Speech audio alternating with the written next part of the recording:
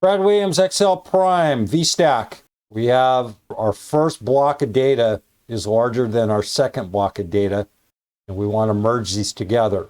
What's the output? Well, your output is going to show up here in E5 to E13. We're going to get these NA. Why? Look what our array, how we have this array designed. We have B5 to C9, grabbing this data. Then we have B12 to B14. But we could narrow this down and go, well, no, we can't.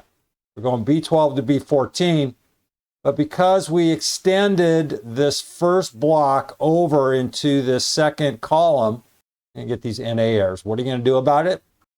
Well, you can come up with a different approach and tackle this, but if you hang tight, I'm going to show you exactly how to remedy this problem. Otherwise, you can leave it as is. It's a nuisance, it's an eyesore, but that's all right. We can work through it. Again, this is all array driven.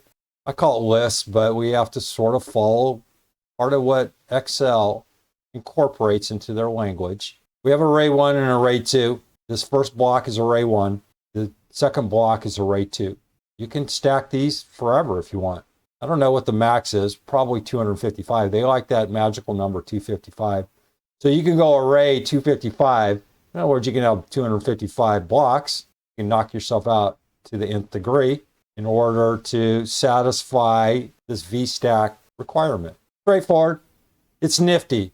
Its use? I don't know. Perhaps you have just a ton of data spread out all over the place. This is a nice little tool to compile all that stuff. Read it if you need it.